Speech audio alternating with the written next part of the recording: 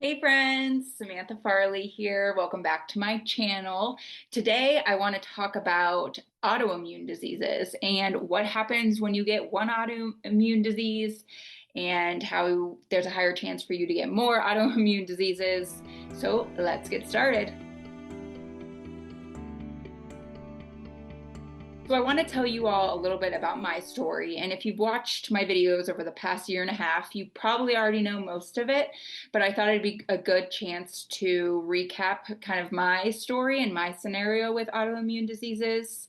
So February 18th, 2021 was the day that I was officially diagnosed with type 1 diabetes. I was rushed to the hospital because my blood sugar number was 420, and my primary care doctor really thought it was necessary for me to go into the hospital. I went to the ER and I spent about 2 days in the ER. Right after that, I actually was okay. I was learning, about type 1 diabetes and what that means and how it affects my body.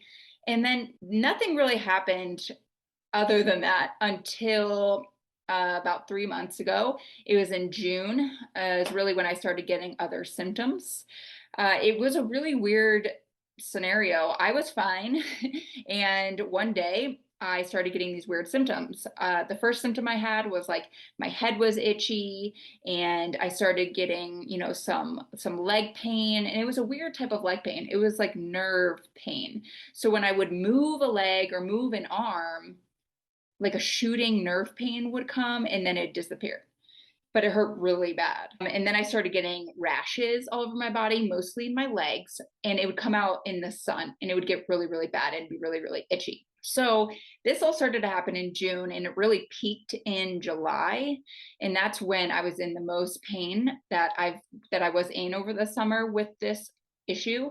And so I went to a bunch of doctors to figure out what was going on.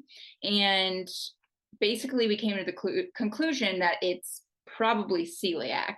Now, I had an endoscopy done. It came back negative. So my numbers for celiac were elevated. They weren't super, super high. So actually, my friend here in Denver has celiac, and her numbers were so elevated that it was almost like guaranteed that she had celiac. I believe her numbers were in like 70, and mine were only elevated like by a couple numbers. I think mine was 16. And so to give you an idea, they weren't sure. So they wanted to put me under and, look inside of my small intestine to see if I actually had celiac. And it came back negative. However, since then, I'm actually still following a gluten-free diet because honestly, I just don't want to go through what I went through again over the summer. That was brutal, and my pain has gone away, and I don't have rashes on my body anymore. I still have a little bit of pigmented skin, but the rashes are gone and my body pain is gone. So, to be honest, I don't even want to try to eat gluten again or wheat or barley, whatever the issue is with me. I don't even want to do it because I was in so much pain.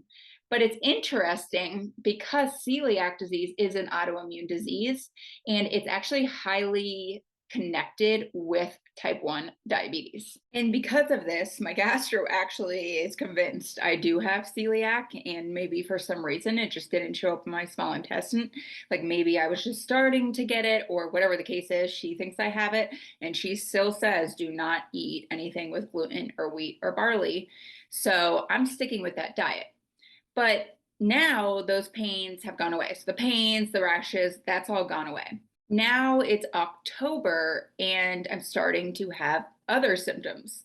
So now I'm actually having hair loss. I don't know if any of you have experienced hair loss. I don't know if it's connected to diabetes at all. I don't know if I'm losing my hair because of what I went through over the summer, if it was so much trauma to my body that now my hair is falling out. I don't really know. I wanted to bring this up because once you have one autoimmune disease, you tend to get more, which is very, very upsetting and tragic. It's really weird to me because 2 years ago, I was fine. These past 2 years, I feel like everything is going wrong. So I'd love to hear your experiences with autoimmune diseases, if you have more than one. If you have hair loss, if you've had any of the body pain like I've had, if you've had rashes, if you have celiac, if you have lupus, I mean, I don't know, like what are the other autoimmune diseases that you all have? And why does this happen to type 1 diabetics? It's just really, really frustrating because I think about myself 2 years ago and I'm like, I was fine. What happened? What happened? Now I'm not fine. And it's really, really frustrating. So now basically I'm trying to follow a healthier diet even more than I was before. So I'm no longer eating gluten, wheat. I am still not eating tree nuts, and I just officially cut out dairy a couple days ago. I don't know. It's just frustrating. You feel me? It's just frustrating. So let me know what your experiences are with autoimmune diseases. If you've had any other issues like I'm having, let me know. I promise next week's video will be more uplifting. I'm going to Hawaii this week, and you'll get a video about my trip. And it will be super exciting and happy and great. But anyway, thanks for watching this video. And please let me know if you're going through the same thing I am, if you have in the past. Any uplifting comments would be great. I'll see you guys next week, all right? Bye.